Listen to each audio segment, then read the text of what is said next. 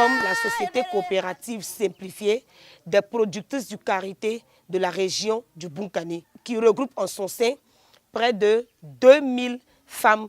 Nous voulons avoir une base de données pour que nous puissions savoir exactement le nombre de femmes productrices du karité de la région du Bunkani. À chaque fois que des gens voudront savoir combien nous sommes, qu'est-ce que nous faisons, c'est facile d'avoir toutes les statistiques sur la chaîne de valeur et puis les statistiques sur le tonnage en beurre de karité et en amande de karité qui sortent de la région du Bunkani. Nous arrivons dans un village, nous demandons à toutes les femmes de sortir et quand elles viennent, nous collectons toutes les informations. Qu'est-ce qu'elles font?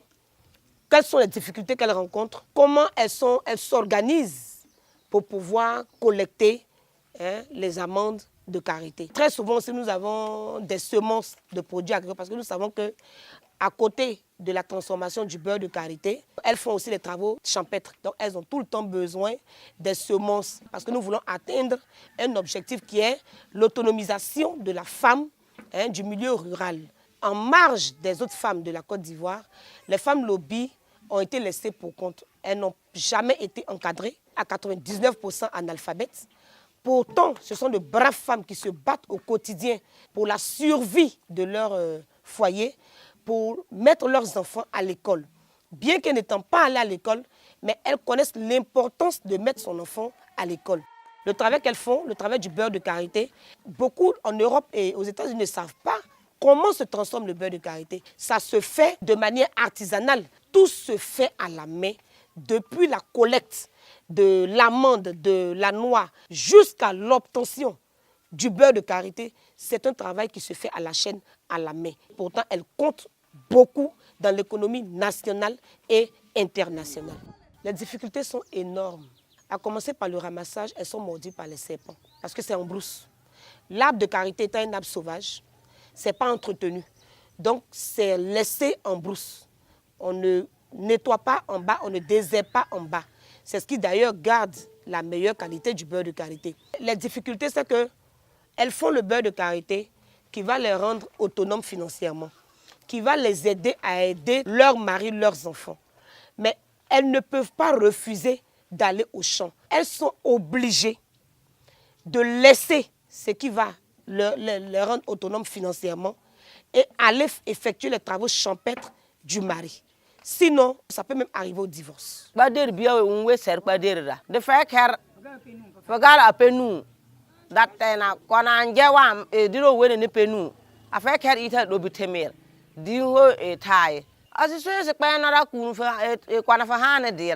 le manque d'eau. Sur une dizaine de villages, vous allez trouver qu'il y a un seul village qui est bien alimenté en eau. Il y a des villages où il n'y a même pas une seule pompe hydraulique villageoise. Sans eau, on ne peut pas transformer le beurre de karité. Elles sont obligées d'utiliser cette eau-là pour leur domaine d'activité. Les femmes dans la région du Bunkani n'ont pas droit à avoir une parcelle.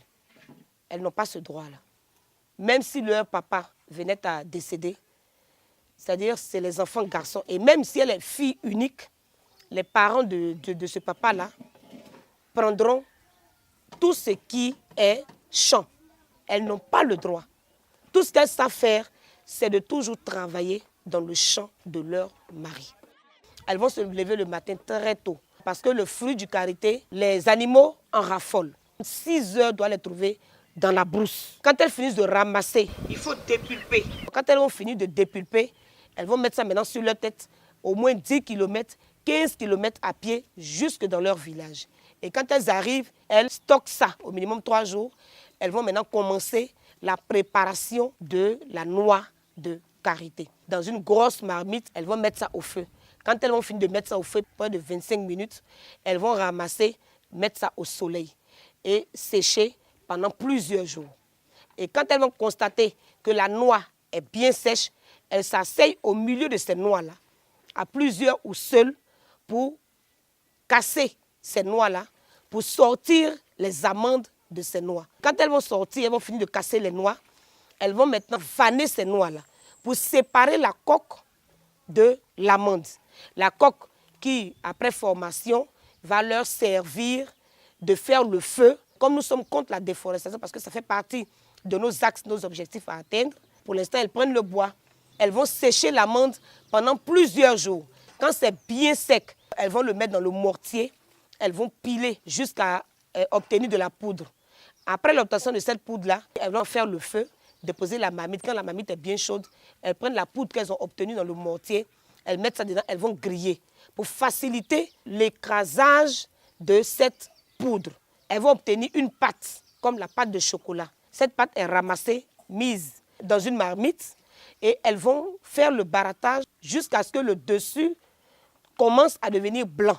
Ça veut dire que l'huile est en train de sortir. Donc elles prennent de l'eau, elles renversent dans cette pâte-là.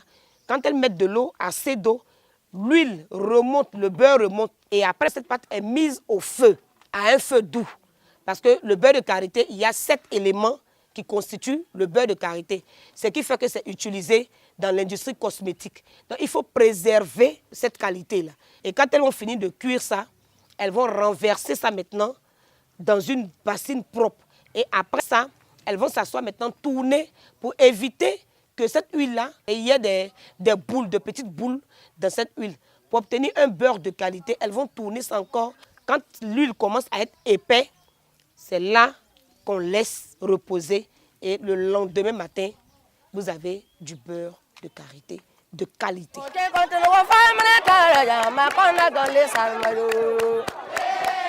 Nous pensons que le concours Tek Mousso, si nous gagnons, va nous aider à aider ces braves femmes qui, au quotidien, sous la pluie, sous le soleil, transforment le beurre de karité qui est très prisé en Europe de manière artisanale à aller de l'avant et mieux s'organiser, mieux organiser leur domaine d'activité, qui est l'activité principale, qui est la transformation du beurre de karité.